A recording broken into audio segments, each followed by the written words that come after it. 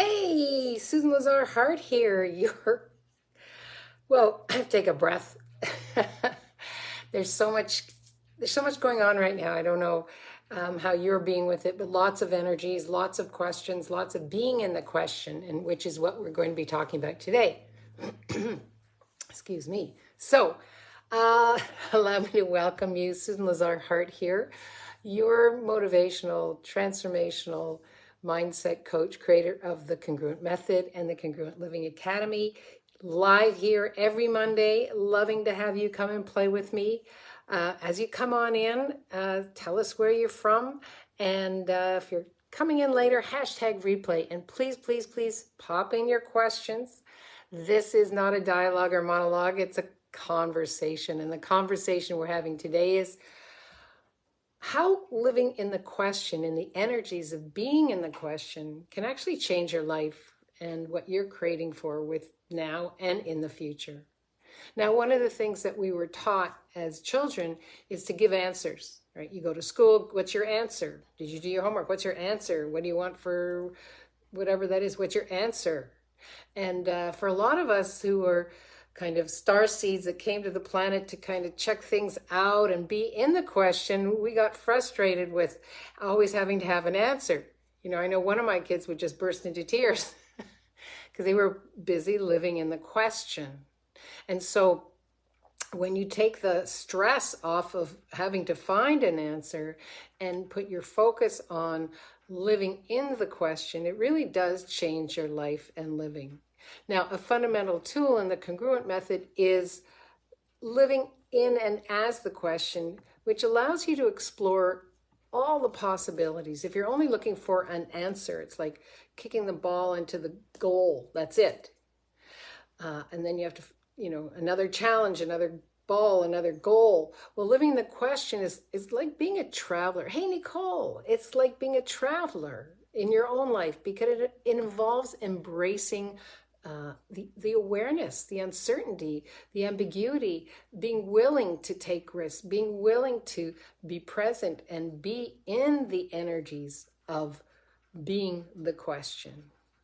So, like a traveler, you might not always know what lies ahead of living in the question. You tap into your awareness of possibilities. Again, like a traveler, you have choices, the same you do in everything you be and do in your life. So it's being in the energies of wonder, of curiosity. Hey, Galen, welcome, welcome. So when you're open to the adventure of curiosity, everything becomes possible, and anything you desire to create and change actually is there for you with total ease, because the truth is everything is here for you. It's all here for you. We live in an abundant universe. But we've been taught, once again, our whole lives to look for an answer. What's the answer?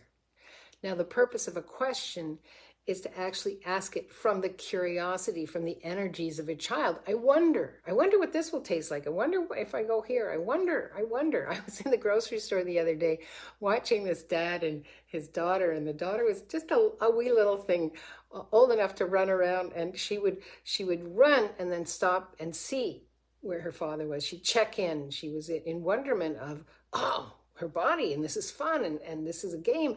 And then but she would also check in, stop, check in. She had an awareness to check in where her dad was, where she was, and then keep investigating this amazing grocery store, right? Because the universe is constantly wanting to gift us. We just never think to ask. Ask and you shall receive is actually a universal truth. A question always empowers. Hey, Charlotte, welcome, welcome. An answer disempowers, right? Think about that. When you're in the question, you're excited and there's like so many possibilities. And if you ask somebody for an answer, should I do this? And they say, well, no, you should do this or not. First of all, you're giving up your awareness and you're letting them be more influential in your sphere, in your energetic sphere, than what you know to be true for you, right? So here's the things about asking questions. It's not about looking for an answer.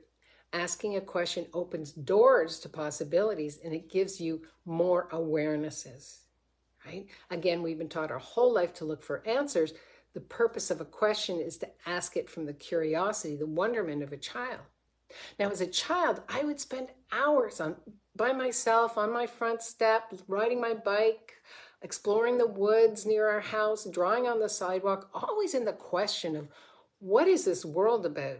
And and how was I supposed to fit in?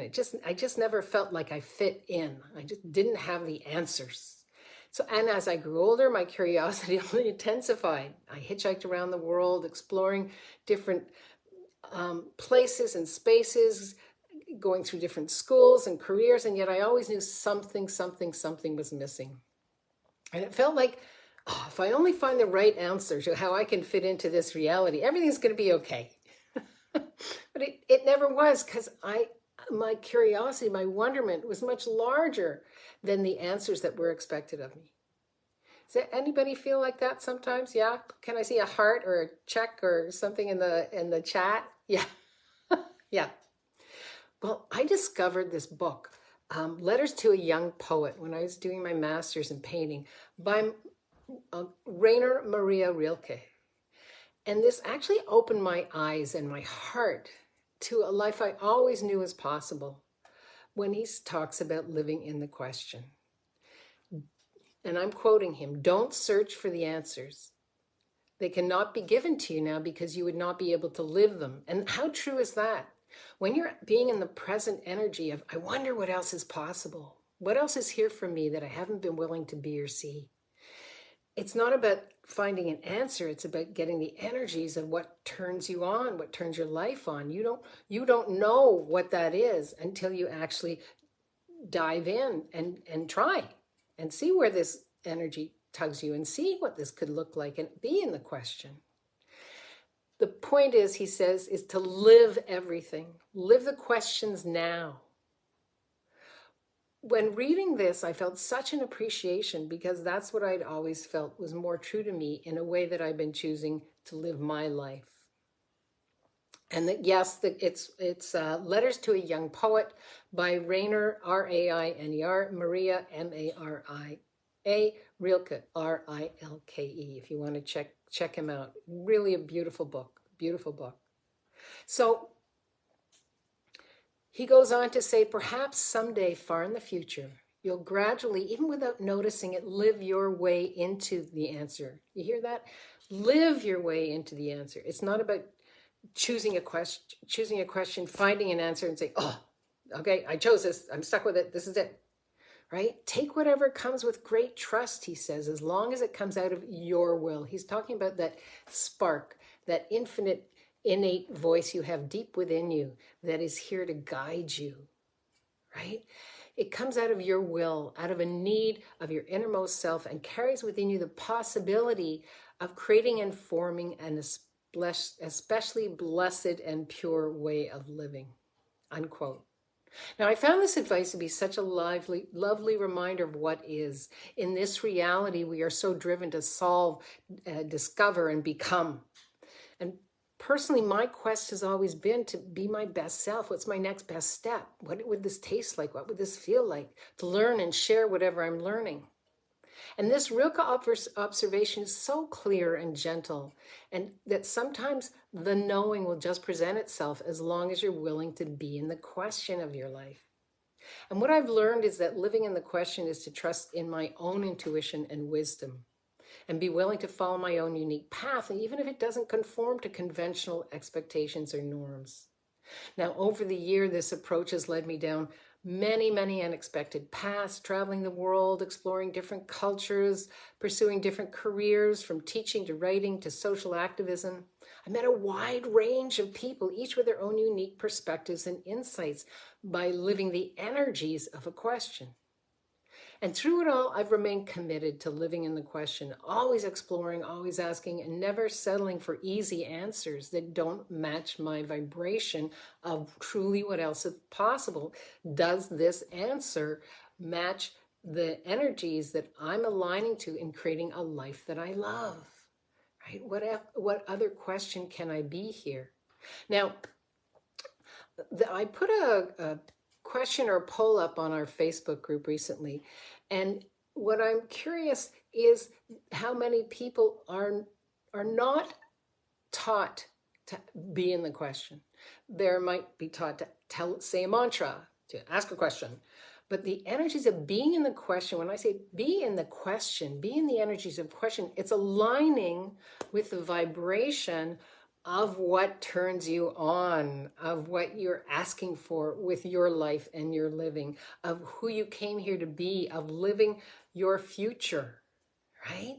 If it doesn't align with that, it's probably an answer someone else has given you, or you picked up, or you've been entrained to, right? By somebody else's choice in their reality. And so that's why it's so important to just practice living in the question. So here's a few things I popped in for you, a few key actions if you want to start playing with living in the question of your life. Practice curiosity and openness, right? Practice. And I know it sounds so simple, but practice it. Every time you feel yourself judging, you're sabotaging that openness that's there, that inside of you, that's who you be. Make a conscious effort to approach new experiences and ideas with a sense of curiosity. Expand out with openness, with wonderment. I wonder what this could create. Right? I wonder. Right? I wonder. Being in the wonderment is a question itself. And instead of assuming that you already know the answer or the best way forward or whatever that is for you, remain open to new possibilities. I find when I'm open to new possibilities, awareness comes from all these different places that I never expected them to be. And it just pops up. You could hear a conversation while you're getting a cup of coffee. You're listening to something, and all of a sudden you get a tug to go left instead of right. That's being in the question and being willing to receive the awarenesses of what else is possible. And I love this one. I wonder what else is possible that I haven't been willing to be or see. Ask questions. Ask questions. I know. Okay, I bet most of you listening to this were told, stop asking so many questions. Even now, I'm in certain mentor groups. And I know they wait for me to the end because I ask so many questions. Like, you have a question, Susan? Yeah, 40. That's who we are. That's your birthright. It's your birthright to be curious. It's your birthright to spring forth and say, oh, what's this? What is this?